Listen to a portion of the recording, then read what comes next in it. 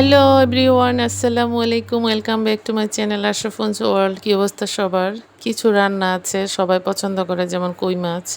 কই মাছটা অনেকেই এড়িয়ে যান, কারণ এটা চাষের মাছ, গন্ধ আসে। নদীর মাছগুলোতে তেমন আষ্টে গন্ধ থাকে না। এই গন্ধ দূর করার জন্য টিপস আছে, লেবুর রস এবং লবণ। আমি এই কই মাছগুলো লেবু এবং লবণ দিয়ে পানি দিয়ে অনেকক্ষণ ভিজিয়ে রেখেছি, আধা ঘন্টার মতো। এতে করে হয় কি, মাছের যেই আষ্টে গন্ধ ওটার থাকে না। আর কই মাছটা এত মজা হয়, এত সুস্বাদু হয়, আমরা সবাই পছন্দ করি। একজন আছে যে কই মাছ পছন্দই করে না, আমি রান্না করার পরে খেয়েছে, অনেক প্রশংসাও করেছে যে কীভাবে রান্না করেছেন, কোনো গন্ধ নাই। তো লেবু দিয়ে ধুয়ে রাখলে গন্ধ আসে না, এটা বড় বড় শেফরাও দেখেছি, তারা ওইভাবে মাছটা রান্না করার সময় লেবুর রস ইউজ করেন। তো এতে করে যে মাছের গন্ধটা ওটা থাকে না, মাছটা টেস্ট হয়। আবার অনেকেই মনে করতে পারেন যে লেবুর রসটা দিলে কেমন টক থাকে কিনা, কোনো টকই লাগে না। এটা ভালো করে ধুয়ে নিলে মাছটা অনেক সুন্দর পরিষ্কার হয়। শহরের বাড়িঘরে তো এত খোলামেলা পানি পাওয়া যায় না, এই জন্য এই লেবু এবং লবণ ব্যবহার করলে মাছটা অনেক সুন্দরভাবে পরিষ্কার হয়। আমি কই মাছগুলো লবণ এবং হলুদ মেখে ভেজে নিয়েছি। এই যে আদা, রসুন, পেঁয়াজ তিনোটা একসাথে পেস্ট করা।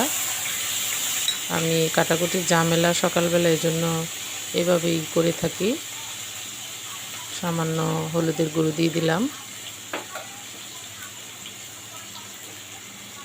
এই কই মাছ ভুনাটা অনেক পছন্দের মাছ সবার কাছেই। তবে আজকাল রান্না আমরা সবাই করি, কারো রান্নাটা ভালো হয়, কারো রান্নার সবাই প্রশংসা করে, এটাই। এই যে একটু তেল অ্যাড করলাম। আমি সারা বছর ব্যবহারের জন্য টমেটো পিউরি করে রেখে দিই ফ্রিজে। সেই ভুনা তরকারিগুলোতে টমেটোটা ব্যবহার করলে ভুনার টেস্টটা বাড়ে, অনেক ভালো লাগে। যে দেখতে পাচ্ছ, সিদ্ধ করা টমেটো দিয়ে দিচ্ছি। যে কোনো ভুনা রেসিপিতে টমেটোটা ব্যবহার করলে অনেক ভালো হয়, গ্রেভিটা সুন্দর হয়। কারণ সারা বছর টমেটো পাওয়া যায় না, তো ফ্রেশ টমেটোগুলো, দেশি টমেটো ফ্রিজে রেখে দিলে সারা বছর ব্যবহার করা যায়। আমি এখন পানিটা দিয়ে দিলাম, এই জলটা শুকিয়ে যাবে, একদম মাখা মাখা হবে। আমি এইভাবে কই মাছটা রান্না করি, সবাই পছন্দ করেছে।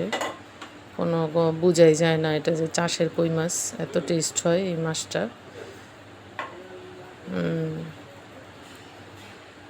নামানোর আগে আমি কিছু ধনিয়া পাতা দিয়ে দিব। মাশাআল্লাহ, এই রান্নাটা খুব সুন্দর হয়, ঝটপট একটি র্যান্ডম রান্না, তো তেমন বড় বিষয় না, তবে খুব সুস্বাদু হয় এই কই মাছটা এইভাবে রান্না করলে, ভালো লাগে। অনেকে ভুনা তরকারিতে আবার নামানোর আগে একটু চিনি অ্যাড করে, এত ভালো হয়, টেস্টি লাগে। তবে ভুনা তরকারি একটু ঝাল ঝাল হলে ভালো হয়। বন্ধুরা, এভাবে রান্না করে দেখো, অনেক মজা লাগে। অনেকে টমেটো ছাড়াও রান্না করো, সেটাও হয়। তবে এভাবে রান্না করলে খুব ভালো লাগে। দেখতে পাচ্ছ, মাশাআল্লাহ, খুব সুন্দর কালার হয়েছে।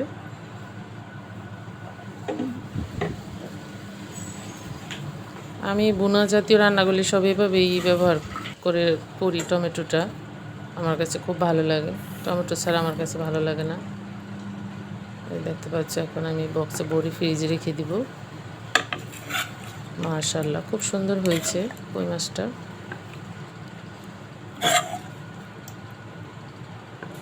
বন্ধুরা, ভিডিওটি ভালো লেগে থাকলে একটা লাইক দিয়ে দিও, আর সাবস্ক্রাইব করে পাশে থেকো।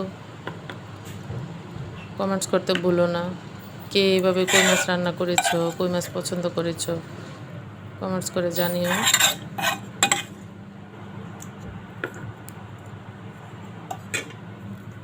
আমার কাছে বিশেষ করে কই মাছটা এভাবে রান্না করলে খুবই ভালো লাগে। ভিডিও দেখার জন্য সবাইকে অনেক অনেক ধন্যবাদ। আল্লাহ হাফেজ।